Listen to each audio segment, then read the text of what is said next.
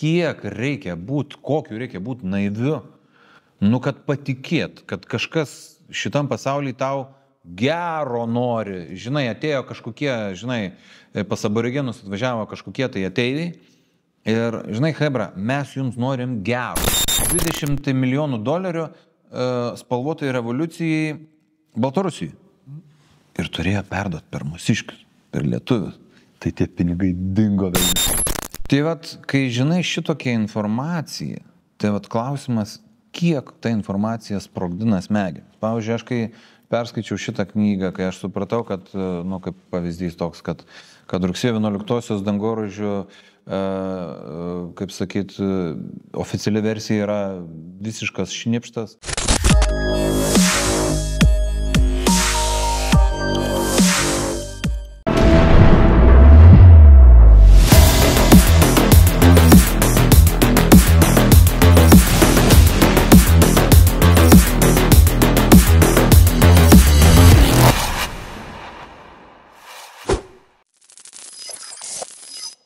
Sveiki vėl sugrįžę į triušio urvą.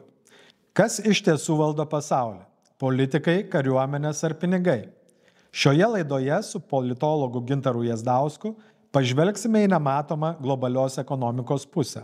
Ta, kurioje šalis pavergiamos ne ginklais, o skolomis, šantažu ir finansinėmis manipulacijomis.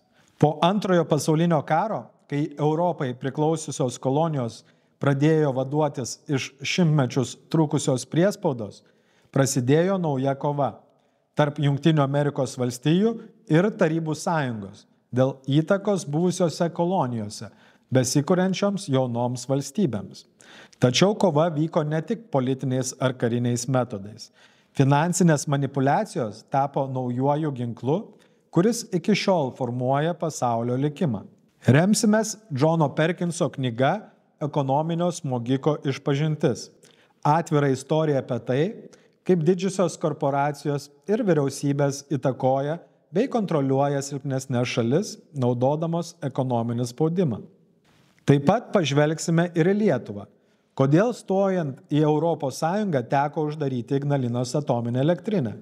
Kaip Mažeikių nafta atsidūrė amerikiečių, o vėliau rusų rankose? Ar šie sprendimai buvo neišvengiami? Ar tai tik globalių žaidimų dalis? Šioje laidoje mes vėl seksime pinigus, bandydami aiškintis, kaip jie formuoja pasaulį bei atskiras valstybės, o tuo pačiu ir mūsų visų gyvenimą. Tai kągi, Gintarai, sveikas dar kartą atvykęs į triušio urvą. Labas, Viktorai, sveikas. Kaip laikaisi, nauji metai? Kuo toliau, tuo geriau. Aš dėkoju už pakvietimą į antrąją laidą. Pirmąją laidą bežiūrėdamas, į save čiut neužmigau.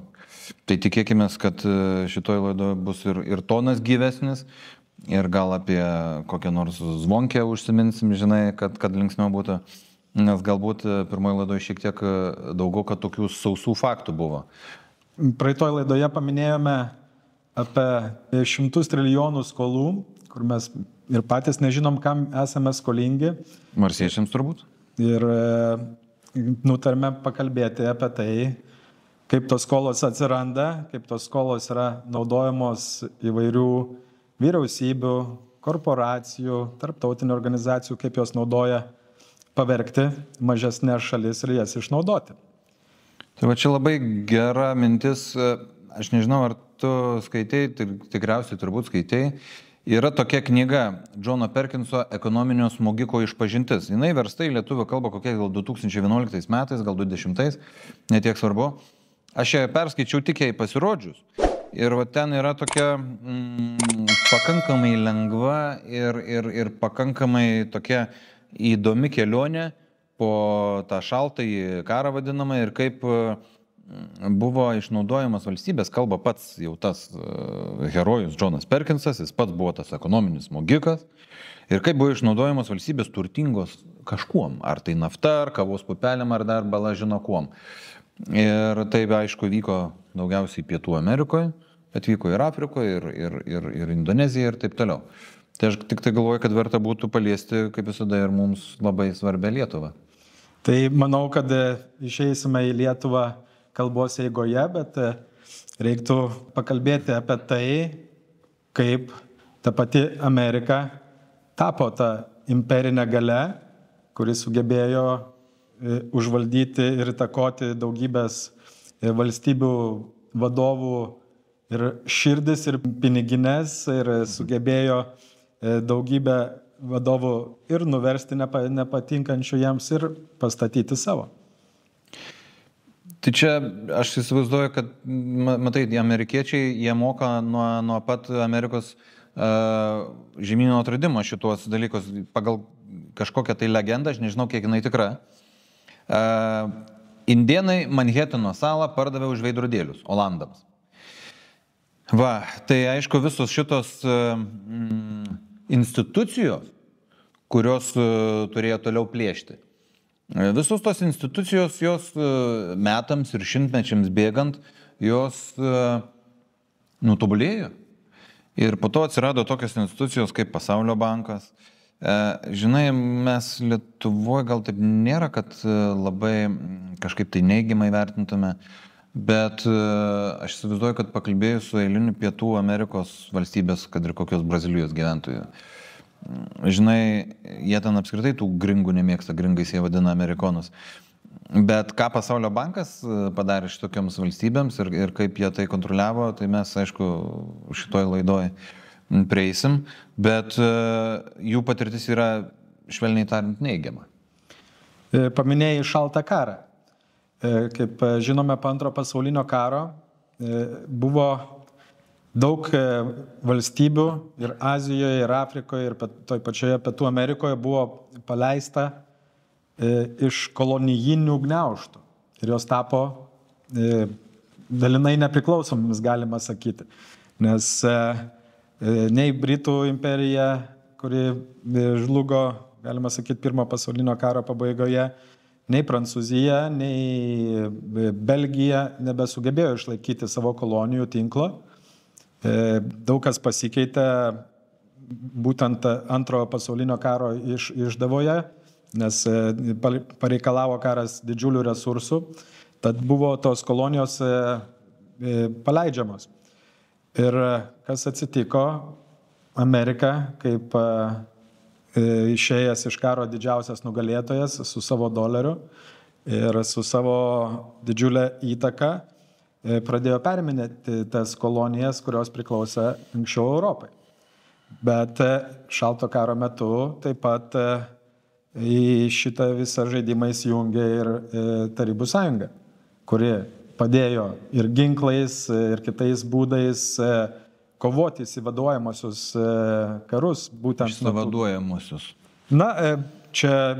Aš žinai, kaip sakau, faktas tas, kad toms valstybėms, kurios buvo tų gringų irgi laisvės ir demokratijos, žinai, neštos ir pamestos, tai galbūt sovietai, žinai, atrodė kaip išsivaduojami, ta prasme, kaip kad išvaduotojai kažkokie tai. Bet aš, žinai, labai paprastai sakau, kare kaip kare, žinai, šventa vieta, gera vieta tuščia nebūna.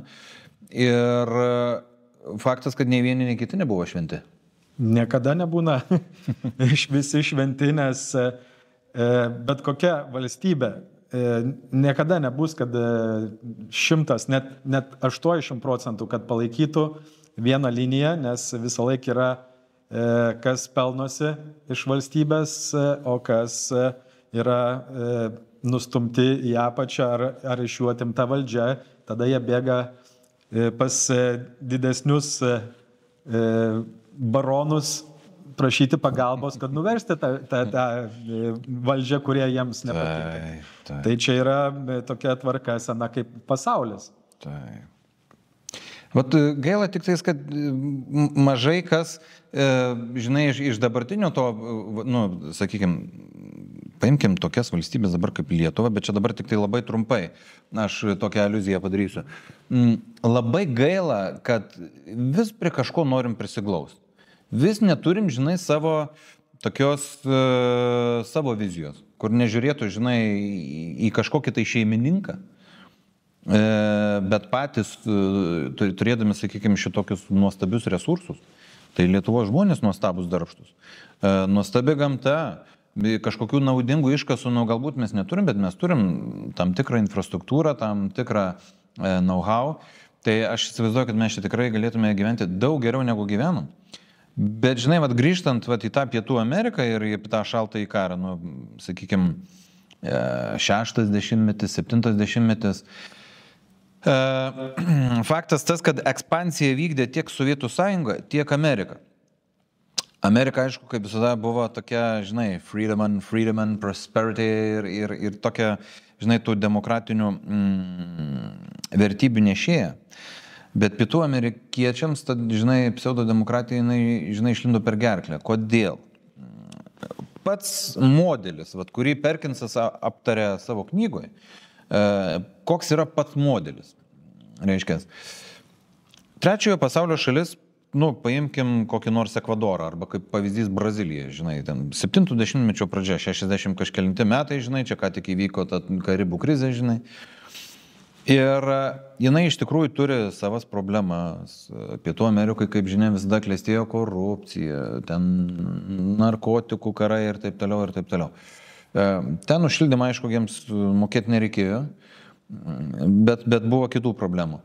Ir iš esmės ateina geradarius kažkoks tai dėdė, kaip toks, žinai, Džonas Perkinsas, ar tai korporacijos jisai atstovas būtų, ar jisai būtų, sakykime, kažkokio tai banko atstovas. Buvo, aišku, keli skirtingi lygmenys, bet mes paimkim tą globalų lygmenį. Tai iš esmės tokia valstybė kaip Brazilija, jinai turėjo didžiulių problemų, didžiulių skolų ir ateina kažkoks dėdė iš Pasaulio banko ir sako, klausyk, mes jums čia duosim pinigų, reikia pinigų, pinigų yra. Amerika, tik supranti, jie gali atsispausdinti savo pinigus, savaime suprantama. Ir tų pinigų padavė, atnešė, bet čia jau yra, jau tada atsiranda visai kitas momentas. Atsiranda kitas momentas, kad tada tie klerkai arba korporacijų, arba Pasaulio banko, jie tada kontroliuoja, kaip tie pinigai yra valdomi. Ir grįžtant, pavyzdžiui, į Indonezijos atvejį, kurį aprašo John Perkinsas savo knygoje, tai Indonezijos atvejis buvo toks, kad buvo pristatyta daugybė elektrą gaminančių elektrinių. Bet žmonės ten kažkur džiunglėse gyvenantis kaip neturėjo jie tos elektros, taip neturėjo. Reiškia, tos gamyklos, kurios įsisavindavo tų šalių resursus, jos tą elektros energiją, ar tai kažkokį kitą išteklių jos naudodavas. Bet visas, sakykime, visa skolos našta, po to tas vadinamas palūkanas, tik užkraudavo ant paprastų žmonių pečių. Tai yra ant valstybės biudžeto. Lygiai tą patį mes Lietuvoje turim su dujų barža. Lygiai tą patį. Modelis visiškai tas pats. Taip, kad niekas nepasikeitė per daugybę metų.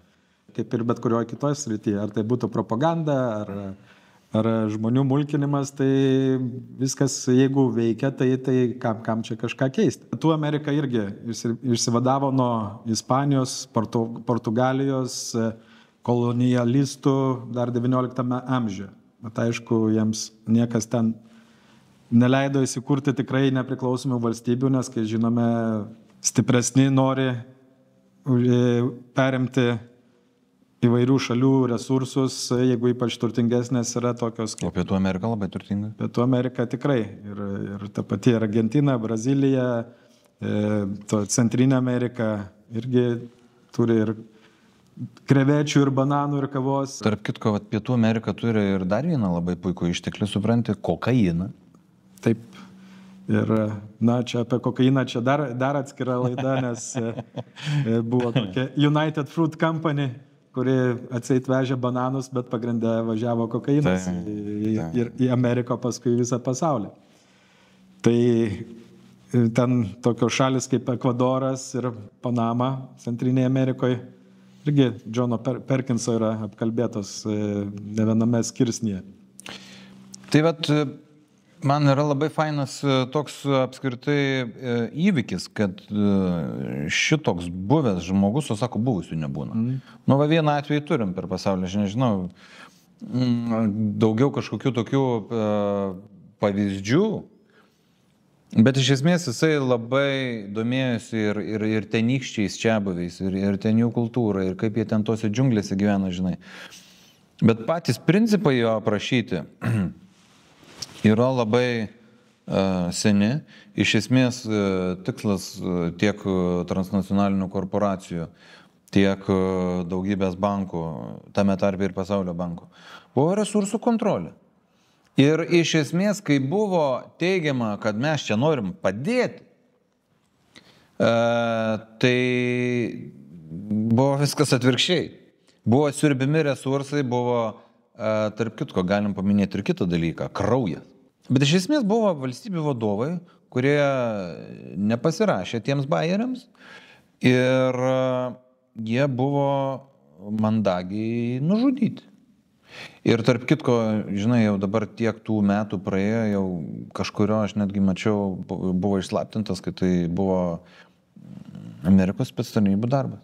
Išslaptinta pačių Amerikos spectarnybų, kad tai mes padarėm, toks buvo mūsų interesas. Nieko asmeniško, tik biznis.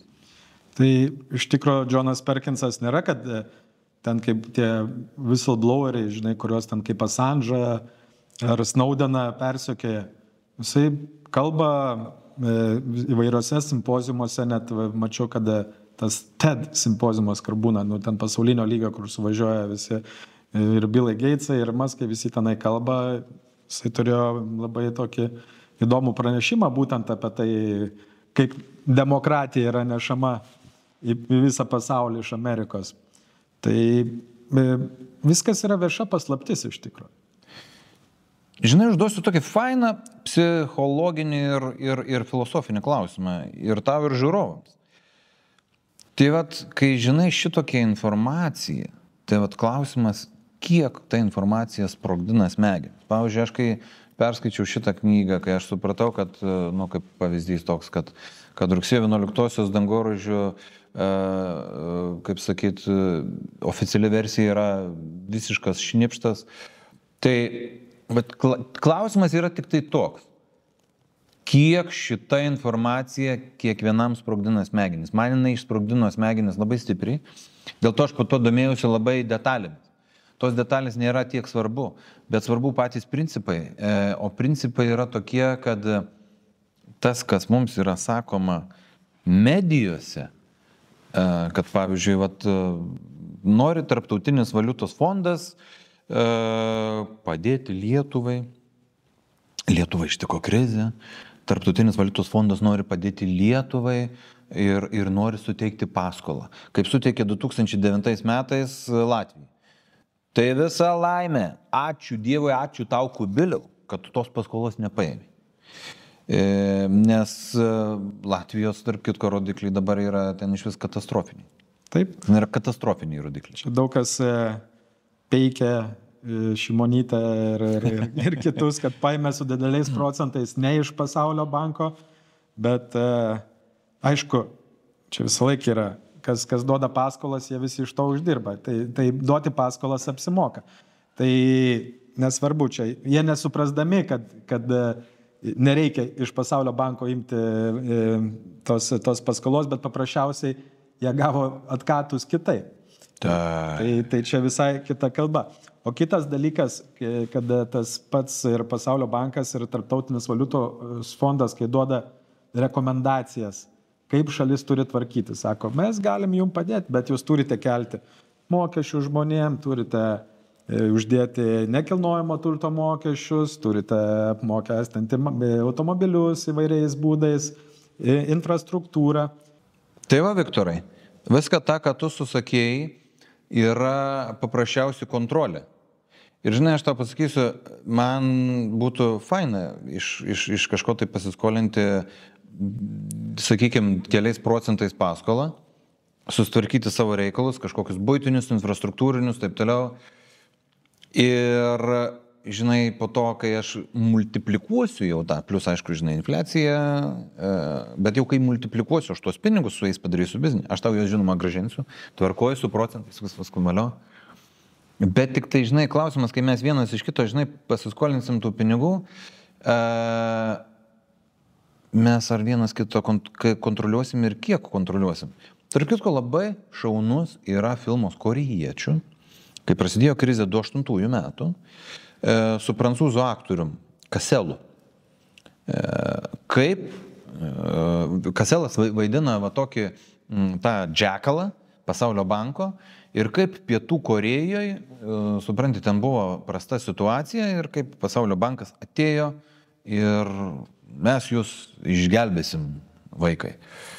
Tai labai rekomenduoju pažiūrėti, aš galvoju, gal mes netgi įdėsim ar į aprašymą, ar į komentarą, aš tikrai surasiu to filmo pavadinimą. Bet tai apie šitokius dalykus jau netgi vaidybiniai filmai yra kuriami. Ir iš esmės sakau, kiek reikia būti, kokiu reikia būti naiviu, kad patikėt, kad kažkas šitam pasaulyje tau gero nori. Žinai, atėjo kažkokie, pas aborigenus atvažiavo kažkokie tai ateiviai. Ir, žinai, Hebra, mes jums norim gero. Taip, už tas skolas reikia ne tik pinigais atiduoti, bet ir resursais, ideologija. Ideologija labai svarbi. Turi balsuoti jungtinėse tautuose, kaip reikia. Negalima prieš, pavyzdžiui, Izraelį blogai balsuoti, nes bus užsukti kraniukai ir pinigėlių, ir resursų, ir visokių tarptautinios prekybos kanalai, kuriuos irgi valdo tie patys žmonės, iš tavęs niekas nebepirks, sankcijos. Tu tik pabandyk kažką ne taip pasakyti, arba ne taip prabalsuoti, arba ne taip palaikyti ne tą šalį. Viskas yra, žinai. Kartu bus sankcijos įvestos. Freedom, prosperity, democracy and human rights. Tarp kitko apie human rights. Aš nežinau, ar tu žinojai, bet paminėjai prieš tai, kad ir Europos didžiosios galybės po antrojo pasaulinio karo, tik tai po antrojo pasaulinio karo visai dar nesenai atsisakė didžiosios dalies savo kolonijų. Tai pavyzdžiui, Belgijoje buvo Kongas, Prancūzija, Alžyras, taip toliau, nesiplėsim. Bet aš tik tokį, skaniuką, duosiu, tokį skanų faktą. 59 metais buvo Belgijoje paroda. Aš mačiau internetuose nuotrauką, pasižiūrėjau, ar tai tikrai ne feikas. 59 metais už grotų Narve buvo eksponuojamas iš Kongo, ar tai berniukas, ar mergaitė, supranti, tamsiaodžiai. Ne taip senai. Aš mačiau, kad... Ne taip senai. Iš tikrųjų, ne tai, kad berniukas ar mergaitė, ten buvo daug narvų, kaip zoologijos sode padaryti ir ėjo visi gražiai apsirengę žmonės, buvo kažkokia tai šventė ar tai valstybinė. Ir visi ten poniutė su lietsargiukais gražiai apsirengę, ėjo pažiūrėti ir pasijuokti iš tų, kurie ten sėdėjo. Tai va, jiems dabar yra, gėda, kad taip vyko. Bet palauk, praeitų metų istorija. Dabar mes turim 25 metus, 24 metais Nigeris. Tai buvusi prancūzų kolonija. Atsisakė uraną pardavinėti už centus prancūzams. Ten iš tikrųjų buvo ta pati kolonija, tik tais, kaip sakyti, jau moderni. Pastatyti vietiniai, ten tie vadukai, kurie buvo palankus tiem prancūzam. Ir, taigi pasitaikė karinis perversmas, vėlgi gerieji, draugai iš kažkur, iš kitos didelės valstybės, padėjo, bet iš esmės vėlgi atsisakė už centus atiduoti savo resursus. Tai čia 24 metai, tas niekur nėra dingi. Taip, nes ir Afrikoje, ir Pietų Amerikoje ta įtaka vis tiek, kaip minėjau, kad buvo panaikintos tos didelės kolonijinės šalis kaip Prancūzija, Belgija ar Didžioji Britanija, bet vis tiek jie dirbtinai suteikia nepriklausomybę tom šalim, bet kaip minėjai, vietoj to, kad patiems ten jiems mokėti visokias ir algas, ir pensijas, ir viską, atidavė jiems patiems tvarkytis, bet resursų išėjimas iš tų valstybių vis tiek liko įsiurbiamas būtent tų senųjų šeimininkų. O kad ten pasistatė tos kelis vadukus, kurios patys ir papirko, kurie engė savo žmonės, bet patys tie keli valdžioje, būdami tose kolonijose valstybėse, jie puikiai gyveno. Ir vyko, kaip minėjai, irgi ten begalė revoliucijų, perversmų, ten vienos šalis jungiasi, kitos kyla priklausomai nuo to, kokie tenai vadukai ir kokios didžiosios valstybės pradeda kovoti dėl tų resursų. Tiek tave, Viktorai, tiek mane labai dažnai, kaip sakyt, tam tikri žvėriukai, gyvūniukai pravardžiuoja, žinai, pro kitos valstybės kažkokiais tai agentais. Ten pro latviškas, pro estiškas, pro mozambikietiškas, žinai. Tai va aš dabar, žinai, pabūsiu iš tikrųjų pro libietiškas ir pro irakietiškas. 2003 metai Irako karas. Kodėl jisai prasidėjo? Tai žinoma, freedom, democracy, and human rights and prosperity, viskas čia. Tam, kad, kaip ten sako, kadangi jūs ten skriaudė, tai mes jūs nuskriausim daug labiau, kad jūsų tie kiti skriaudėjai neskriaustų. Tai va, kad ir kaip juokingai ir liūdnai tuo pačiu tai skambėtų, dabar jau praėjo, žinai, daugiau nei 20 metų. Po to karo pradžios. Ir buvo teigiama, kad Irako karas prasidėjo, nes baisus Sadamas Huseinas turi masinio naikinimo ginklą ir žada jisai su tuo masinio naikinimo ginklu skriausti kažkokius tai savo valstybės gyventojus. Ten, aišku, kurdai, irakiečiai, kokių ten tik tai nėra, žinai. Ne, bet pirmas, abu du Bušai puolė Iraką, buvo 2 karai. Pirmasis karas buvo dėl Kuveito, nes Kuveitas pradėjo tiesiai šviesiai vogti Irako naftą, gręždamas taip, o paskui po žemę į Irako teritoriją. Čia, žinai, labai paprasta, kai į žemėlapį pasižiūri, tai tas Irakas, jis turi ten tokią labai mažytę siaurą, supranti, į Persų įlanką, žinai. O tas Kuveitas kaip tik toks, žinai, toks pilvas yra, žinai, tokia papalvėtam, žinai, Irakui. Tai bet esmė kokia? Kaip ten bebūtų, tas, žinai, Sadamas Huseinas garsiai pasakė, išsakė mintis ir pradėjo žygius, kad, žinai, mes dalį naftos pardavinėsim ne už dolerius, o už eurus. Ir tas buvo pasirašę savo iš karto mirties nuosprendį. Jo, bet, žinai, ne už kokius ten Mozambiko šekelius, ne už kokius ten, nežinau, Meksikos pesus. Už eurus, taigi už tų pačių, supranti, amerikiečių didžiausių sąjungininkų valiutą. Tai supranti, ir dažnai mes dabar girdim, kad štai didieji yra geopolitiniai, čia šiek tiek toks nukrypimas, didieji geopolitiniai priešininkai yra ten, žinai, Rusija su Amerika arba ten, žinai, Amerika su Kinija. Aš kaip sakau, didieji priešininkai yra amerikonai su europiečiais dėl to, kad mes vartojam daug. Mes mėgstam pinigus ir mes mėgstam vartoti. Pinigai yra jėga. Ir, žinai, grįžtant prie Irako, tai 2003 metai, sako, jūs čia turit masinio naikinimo ginklą, tai mes jūs subombinsim, žinai, nuo pamatų iki stogo, žinai, velniopna drebesgi, žinai. Taip ir įvyko, žinai. Ir po to 2010, gal 2011 metais Britanijos buvęs premjeras Tony Blairas, kuris tuo metu irgi nusiuntė vieną lėktuvinešį, kad galėtų irgi bombarduotus, žinai, irakiečius, sako, sorry, pas juos ten, žinai, iš tikrųjų nebuvo jokio masinio naikinimo ginklo, mūsų spec tarnybos tai žinojo, bet mes vis tiek nacher, suprant, juos ten sužinai, šaudėm, nužudėm, supranti ir taip toliau. Tai vat kažką ir noriu pasakyti, o Irakas yra turtingas kuom? Juodojo auksu. Lygiai tas pats, tai vat aš čia, žinai, pasilgiau kaip koks pro-irakietiškas. Žinai, 1 milijonas žuvusių, civilių. Ir ten, tiesiog tragedija, po to ten, žinai, ta islamo valstybė.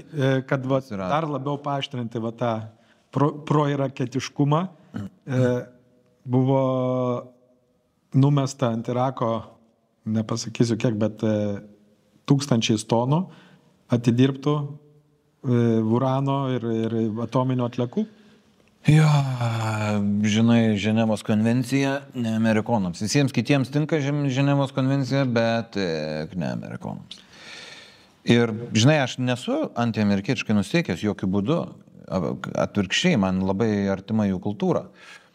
Bet, žinai, dar labai gera iliustracija yra po to, žinai, Libija.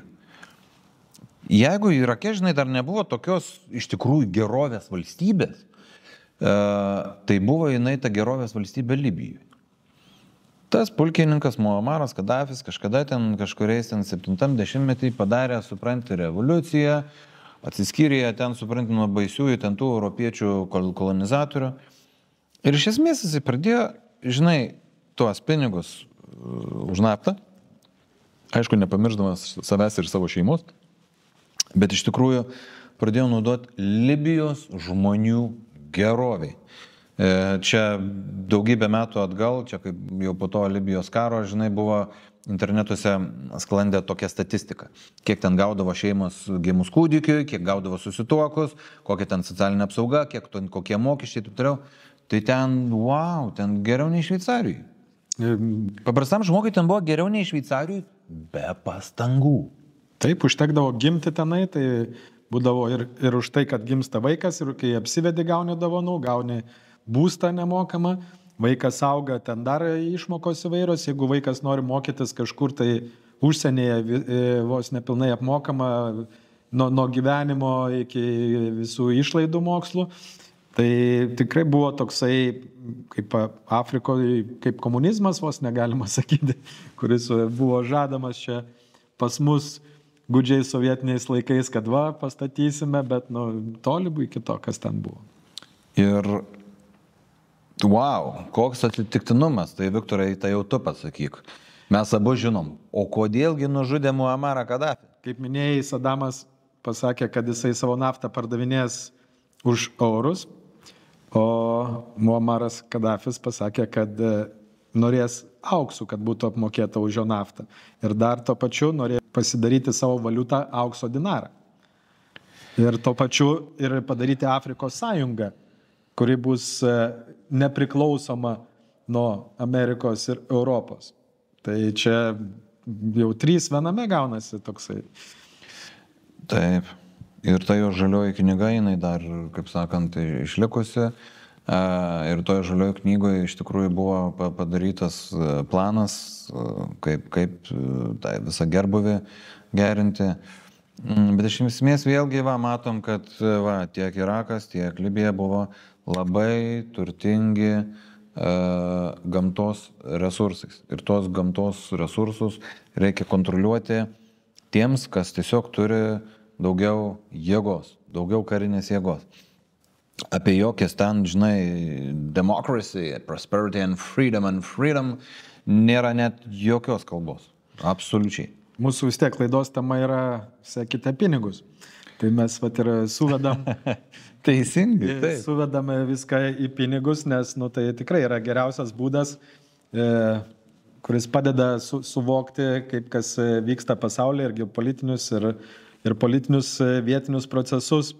Dabar tas pats panašiai buvo ir Sirijoje.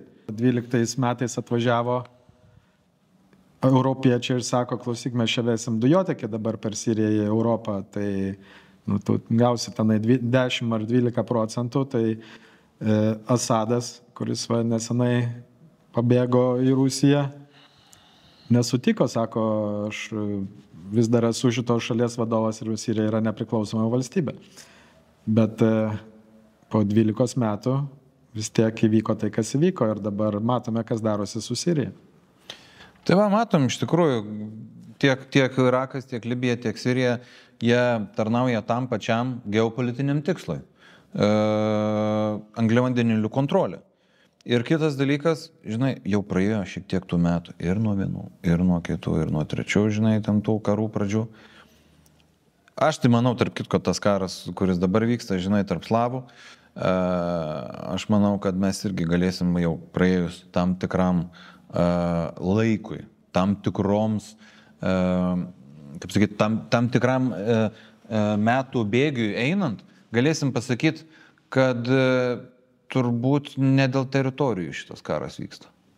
Turbūt ne dėl teritorijų, nes, žinai, tam Donbase, taigi ten yra daugybė naudingųjų iškasenų, ten aišku yra daugybė kitų dalykų, bet jau kai tiek metų praėjo, žinai, va, Irake pažiūrėk, milijoną žuvusių, Libija tapo pagrindiniu centru pabėgėlių iš Afrikos į Europą. Reiškia, Sorošas čia jų velnį gyvą privežė. Tai yra dokumentuoti faktai. Ir iš esmės, žinai, ten tie žmonės, kurie pakankamai neblogai gyvena Afrikoje, jie nemažiuoja į Afriką, jie į Europą šiaip savo. Čia pas mus atvažiuoja pagrindai į Vokietiją, pagrindai į Švediją, aišku ir Britanija, ten, kur socialinės apsaugos sistemos jiems yra labai palankios. Tokie imigrantai, kurie šiek tiek linkia į kriminalą, švelniai tariant. Tai dar prieš 10 metų jau buvo Europoje 900 no-go zonų. Bet mes, aišku, išsiplėčiame kitus dalykus. Grįžtant į ekonomikos smogiką, tai aš įsivaizduoju, kad būtų galima, žinai, paralelių surasti ir Lietuvoje. Va, pagaliau atėjome į Lietuvą. Va. Ir norėčiau tokiu rakursu į tai pažiūrėti, kad Amerika ėjo daugiau į Afriką, į Pietų Ameriką, o mes kaip ir esame užvaldyti Švedijos ekonominių žudikų. Tai va, aš atsimenu, praeitoje laidoje klausiau, sakau, kodėl nėra kitokių bankų negu tik švediški, žinai, galėtų būti kokie nors ispaniški, ar ten, žinai, afrikietiški, arba dar kažkokie, žinai, nu taigi biznis. Ir ta biznio šaka, nu, pavyzdžiui, britiškų bankų, kodėl nėra. Lietuvos auksas Britų, supranti, saugyklose nuo tarpukario smetonos, žinai, o britiškų bankų čia nėra. Tai vat toks, žinai, jo, geras klausimas. Aš turiu atsakymą. Tiesiog pasidalintos rinkos.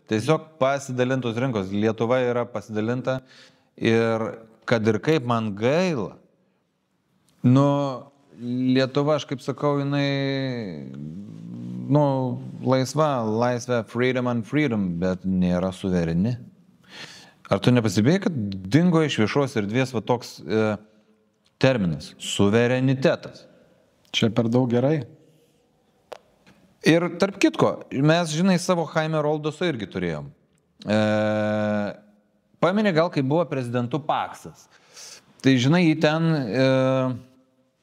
atstatydino, konstitucijos dvasios ten buvo, žinai, tas Paksas apskritai ten bandyta įrodyti su rusų mafija, bet po to, žinai, jokios tos rusų mafijos panašu, kad nebuvo, kažkokia burėja Lolašvili buvo, nu, supranti, nu, visiškas blefas, supranti, kurios po to Europos žmogaus teisų teismas Strasbūrė viską, žinai, panaikino velniop ir liko tik tai vienas, žinai, kaltinimas. Suteikė pilietybę Borisovui.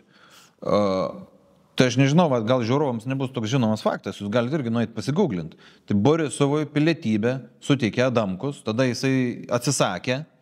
Tas Borisovas neaišku, kokių interesų vedamas, gal jam ten reikėjo biznį daryti kitoje šalyje, taip toliau, gal negalima buvo dvigubą pilietybę, netiek svarbu. Po to jam suteikė Paksas. Žinai, nu aišku, jis ten nešventasis nei tas Paksas, nei tas Borisovas. Aš nieko nesakau. Bet kaip buvo gražiai sužaista. O iš esmės tai va mūsų, tas Jaime Roldosas, vargšas tas Paksas, suprantate, tai atsisakė CŽV kalėjimą, reiškia, priimt Antaviliuose, kuris po to vis tiek buvo. Jo kaip ir fiziškai tipo nebuvo, bet tam, žinai, kažkokiam tai kaliniui dabar mes, žinai, pinigus mokam. Nu tai klausyk, nereikia ieškoti durnių. Tai faktas, kad tas, žinai, kalėjimas buvo ir jisai buvo nelegalus. Ir, žinai, kadangi, žinai, čia mes sekam pinigus. Tai supranti, tie skirti pinigai Antavilių kalėjimui, aš įsivaizduoju, kad, žinai, pas tam tikrus saugumiečius tikrai nusėdo, kaipgi be atkatų, kaipgi be milijonų, kaipgi tų vietinių, žinai, čia tos papirksi kvislingus. Bet man geriausia, žinai, bajeris, toks yra, žinai, anekdotas. Japonai išrado robotą, kuris panaikina korupciją. Nuvežė, žinai, tą robotą į Vokietiją, iš tikrųjų sumažino 90% korupciją, žinai. Nuvežė į Ameriką, blemba, ten reikėjo galingesnio, sumažino ten 50%. Atvežė į Lietuvą tą robotą, pavogė visą tą robotą, žinai. Tai aš ką noriu pasakyti. Yra toks dokumentas, ar CŽV, ar NSA, aš tik neatsimenu, kad buvo skirta, žinai, ar 20 milijonų dolerių spalvotai revoliucijai Baltarusijai. Ir turėjo perduoti per mūsiškius, per lietuvius. Tai tie pinigai dingo velniau. Yra žmonių, kurie apie tai garsiai šneka iš tikrųjų. Dingo tie pinigai velniau. Tai grįžtant prie Lietuvos ir prie pinigų. Atsiminkim, kaip stojome į Europos Sąjungą. Tai turėjom labai rimtus darybininkus, kurie... Aš tuo metu jau buvau paauglys, bet to alaus, žinai, burnoj neturėjau už 1 centą.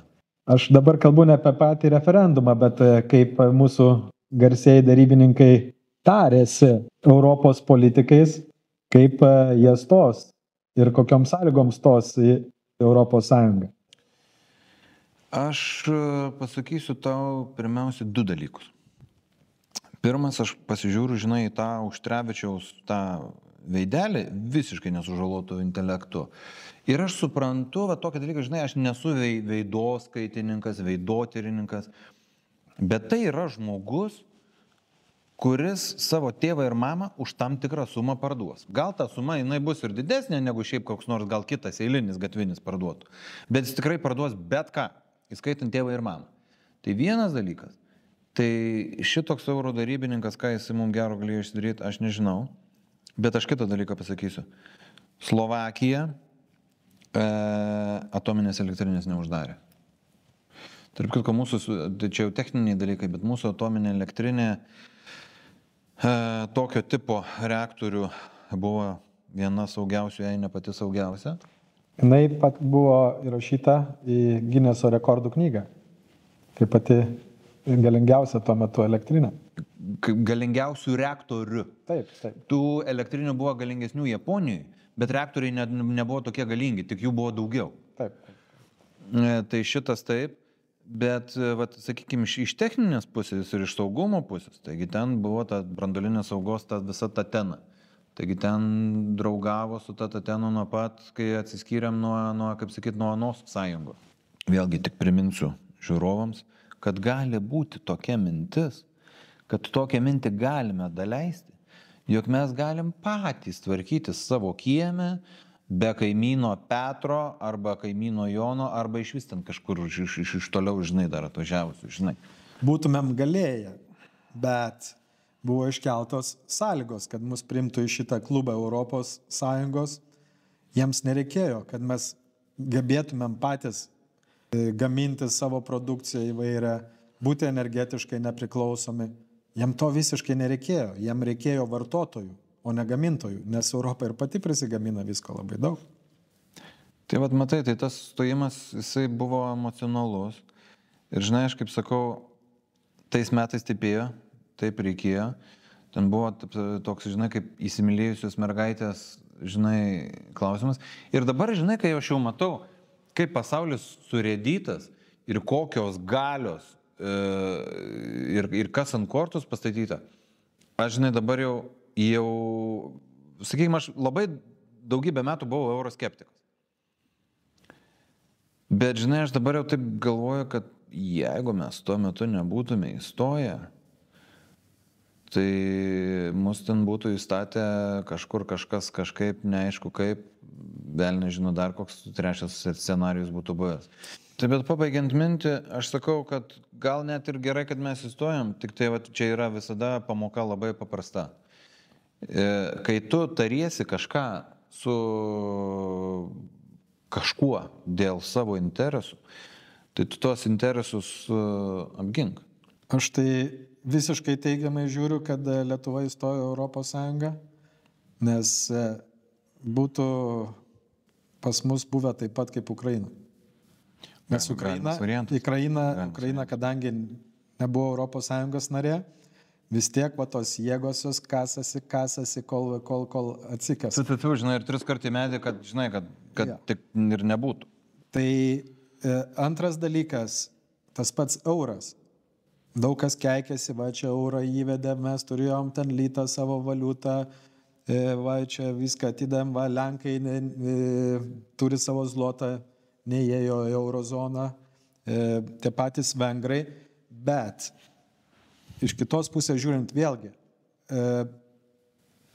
Europos laukia labai sunkus laikai. Kas atsitiks su valiutom, su to pačiu euru ir su zlotu, ir su forintu, ir su visom kitom, visų laukia didžiulis krachas, nes jos yra šitoje sistemoje. Ir viena su kita labai stipriai surišta. Kai nusės tas ekonominė krizė, kuri ateina, bus viskas sugriauta ir vėl viskas stosis iš naujo, tai tada mes vėl galėsime, kaip ir 90-92 metais, tokį pereinamą laikotarpį turėti ir vėl savo litą įsivesti kaip nacionalinę valiutą. Tik dabar nes neturėsim tiek gamybos priemonių, kur esmė? Na, čia jau kitas klausimas, ar turėsim ar neturėsim, aš manau, ateina sunkus laikai, atsiranda stiprus žmonės, kurie sugeba pasipurtyti ir atsistoti vėl ant kojų ir paskui save vedam žmonės ir mases ir atsiranda ir gamyba. Vis tiek, žmogus yra toks, kai jam sunku, jisai kabinasi nagais ir dantimi gyvenimą, tada atsiranda ir produktyvumas, ir noras, kaip sakoma, valgyti, tai reikia. Faktas. Aš tik, žinai, perspektyvą tokią atsimenu, kai pardavinėjo Mažeikių naftą visiškai mums nenaudingomis sąlygomis.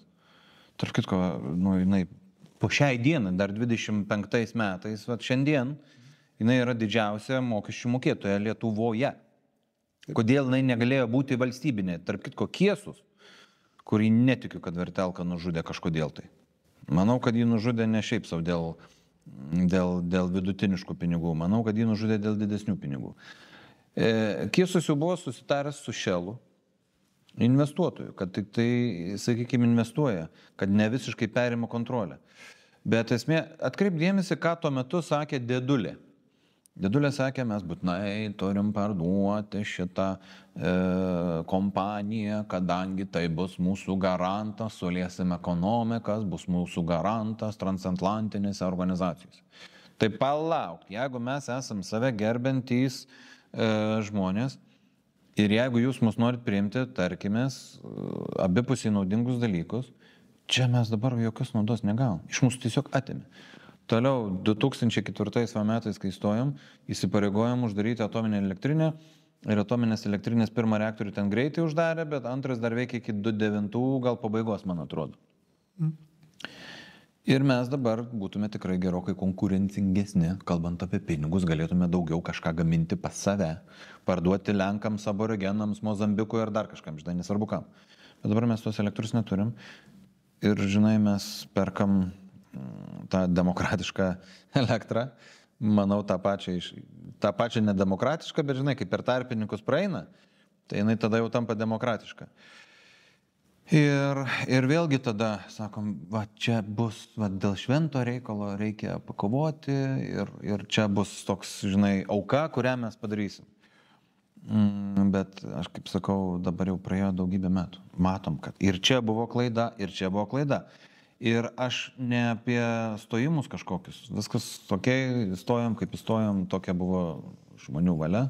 Nors referendumą atsimenant, tai nelabai buvo ten žmonių valia. Bet aš tiesiog skaičiuoju pinigus. Nes aš norėčiau jų turėti daugiau ir gyventi geriau. Norėčiau, kad būtų mokesčiai mažesni, keliai geresni ir viešusios paslaugos geresnės. Ir norėčiau, kad mūsų tankai arba drakono dantys būtų, žinai, dar geresni.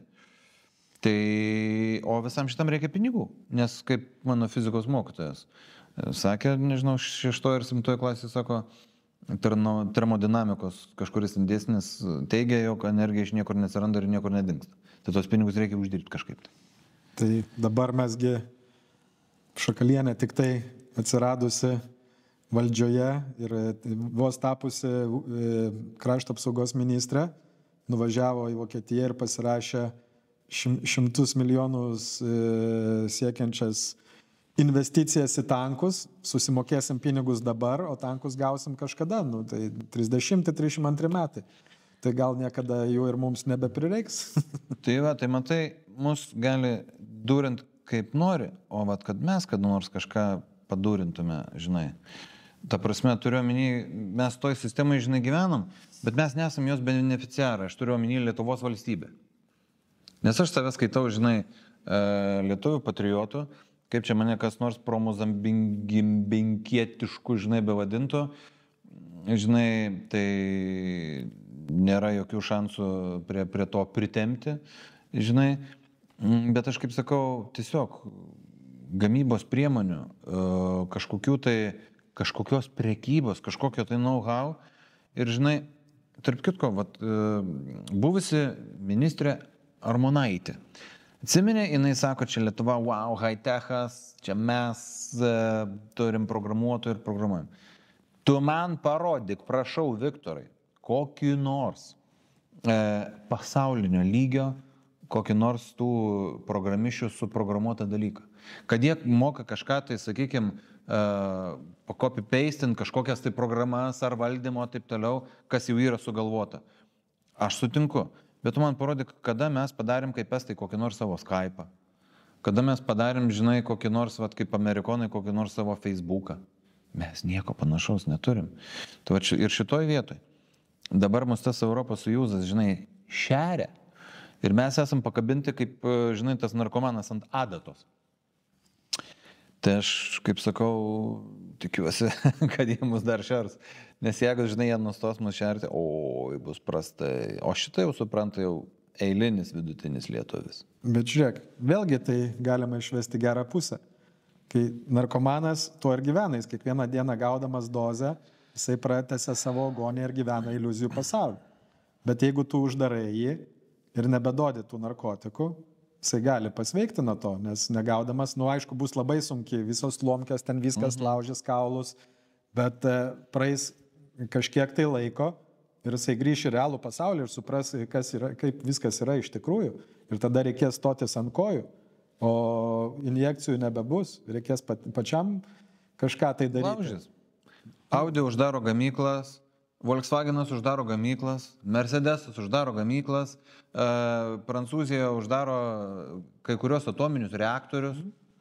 Dabar nuo 25 metų sausio nustojo dujų tranzitas į centrinę Europą. Tai, palauk, aš žinai, nesu ekonomistas, bet, lenkiam pirštus ir matom, kad jie ne šito darinio, kuriame mes esame naudai. Ir grįžkim vėl prie tų pačių kolonijų, apie kurias mes pradžioje kalbėjom. Ir kolonijas praranda tas, kur turėjo įtaką, iš kur gaudavo pigius išteklius iš Afrikos pagrindę. Su Rusija viskas yra geležinė uždanga iš naujo nusileidžia, iš kurios gaudavo pigius tos visus energetinius šaltinius. Minėjai Mažeikių naftą, kurią atidavė Dedulė kam? Amerikonam. Bet reikia priminti žiūrovui, kad amerikonai kam pardavė? Tai matai, pardavė rusam. Buvo dvi skirtingos įmonės. Čia iš tikrųjų tiems, kas kažkada domėjosi, mes giliai tai neleisim, bet buvo Williams International ir buvo Williams International Incorporated. Tai aš manau, kad čia lygiai tas pats kaip su ta dujų barža. Yra Hyung LTD kažkur limited. Tai aš manau, kad yra tiesiog sutarta ir beneficiarai yra visai kitur. O tarp kitko mes, žinai, sakėm, neprileisim Ivano prie vamzdžio, buvo Dedulės garsusis posakis, bet praėjo ten 2 ar 3 metai ir tuo metu perėmė Jukos. Tai bet ką aš noriu pasakyti, kad neprileisim Ivano prie vamzdžio, bet mūsų strateginis partneris, amerikonas, kuris turėjo garantuoti, kad mes būsim independent, nepriklausomi energetiškai, jis nothing personal, just business paėmė ir pardavė Jukos. Tai jau dar kitas dalykas, su ta dujų barža yra toks techninis niuansas, kadangi yra tas energetinis žiedas yra brelas, kaip žinom, elektros, o yra dujų magistralės, sujungtos Lietuvos su Kaliningradu. Ir visa esmė yra, kad vartojimas čia yra techniniai dalykai, kad mes nusipirkę tų norvegiškų dujų, kurios geresnis ir kaloringesnis, kad mes jas atiduodam techniškai Kaliningradui, ten aišku skaitliukai visa kita. Bet mes tuo tarpu naudojam tas rusiškas dujas, kurios yra netokios kaloringos. Bet aš kaip sakau, nesvarbu, kokias tu dujas, supranti, naudoji, svarbu, ar jos yra demokratiškos ar nedemokratiškos. Tai vat, tik tai tiek, kad kaip tu matai, dabar yra labai politizuota energetinė sistema, o energetika yra pinigai. Tai yra mafija. Taip, ir iš esmės tie pinigai, apie kuriuos mes šnekam kiekvieną dieną, jų mums tiesiog, žinai, neduoda lengvai uždirbti ir neduoda būti konkurencingiams mums kaip valstybei, kaip Lietuvai. Ir neduoda kas? Neduoda mūsų neva tai bičiuliai. Bet aš kaip sakau, aš visada sakiau, kad tautos viena su kita, tiek lietuviai su latviais, tiek lietuviai su lenkais, tiek lietuviai su žydais, tiek lietuviai su amerikonais, ar tai vokiečiais, ar rusais, ar baltarusiais, ar ukrainiečiais, nesvarbu su kom. Žmonės vieni su kitais nori prekiauti, nori draugauti. Tos transnacionalinės korporacijos arba tos, sakykime, kriminalinės gaujos, kriminaliniai susivienimai Lietuvoje yra garsiai aprašytas kriminalinis susivienijimas valstybininkų klanas. Pavardžių gal šiandien neminėsim, bet jos labai garsios. Tai va, šitos grupuotės ir šitos korporacijos, jos nenori, kad žmonės taikiai gyventų ir taikiai susitartų, kadangi yra tai prieš jų interesus. Grįžtant pabaigai, grįžkim prie Džono Perkinso ekonominio žudiko. Visgi reikia pripažinti, kad Amerikos ir jos korporacijų ir valstybės departamento ir kitų žmonių panašių, kaip Džonas Perkinsas, veikla nebeduoda tokių vaisių Amerikai, nes, kaip žinome, yra naujas žaidėjas, didelis aikštelė, kaip BRICS-as, kuris prisiema vėlgi tų valstybių Afrikos, Arabų pasaulio, Azijos, Pietų Amerikos apsauginio netgi tokią vaidmenį prisijėmė. Ir jeigu tik tai bandoma palaužti kažkurios valstybės, taip vadinamos tos trečio pasaulio vadovai, jau yra jiems kam paskambinti ir kam pasiguosti. Klausykit, čia mus čia spaudžia, gal galite padėti. Ir pažiūrėkime, kokios investicijos eina iš tos pačios Kinijos į vairias šalis Afrikoje ir Pietų Amerikoje, statomi uostai, tiesiamos įvairias transporto infrastruktūros. Ką manai apie tai? Aš, žinai, kaip sakau, kai kaime yra vienas banditas Petras, nėra gerai. Šiek tiek lengviau yra, kai yra du banditai, tai Petras ir Jonas. Jie tarpusavėje, žinai, kai konkuruoja, tai galima kažkuriam vienam pasiskūsti. Bet, žinai, kai tu esi Antano vietoje, žinai, po tuo jungu Petro ir Jono, tai tau, žinai, jokio skirtumo. Tau, kaip buvo prastai, taip ir liko prastai. Tai dabar BRICS-as deklaruoja, kad jie prekiaus su savo partneriais abipusio pasitikėjimo ir draugystės principais. Nes dabartinė, sakykime, sistema, kuri yra to auksinių milijardų, tai grindžiama vadovo ir vasalo santykiais. Kaip bus iš tikrųjų, pamatysim jau po daugybės metų. Ir nemanau, kad viskas jiems lengvai seksis. Manau, kad tiesiog einam į didžiulį chaosą ekonominį, nes tie žmonės, kurie buvo daugybę metų užguiti, tai yra Pietų Amerika, Afrika, ypatingai Pietryčių Azija, nes arabai jau 50 metų papratę yra kaip ir neblogai gyventi, nes naftos turi, žinai. Tai visos šitos zonos, jos nebebus čiulpiamos, ta prasme. O mes, kaip auksinis milijardas, pripratęs gyventi iš tų skolintų pinigų, panašu, kad gyvensim kukliau. Štai ir viskas. 2025 metai tik prasidėjo, tai stebėsime situaciją, kas darosi Europoje, kaip toliau vyksta nuožmi kova Jungtinių Amerikos valstijos su BRICS-ais, kaip Europoje vis mažėja pigių energetinių resursų, kaip užsidarinėja įmonės ir susitiksime su tai Gintarai kitoje laidoje. Ačiū, kad atvykai. Linkiu daugiau mums ir mažiau visiems kitiems. Šiandien Triušio urve lankėsi politologas Gintaras Jazdauskas. Ačiū, kad žiūrėjote ir praleidote laiką kartu su mumis. Lauksime jūsų komentarų. Ir gerų, ir blogų. Jie padeda mums tobulėti. Prenumeruokite kanalą, spauskite patinka, pasidalinkite su draugais bei artimaisiais. Sekite Baltą triušį 77 ir YouTube platformose, kuriuose pirmieji išvysite naujausius epizodus bei trumpus video. Iki kito pasimatymo Triušio urve.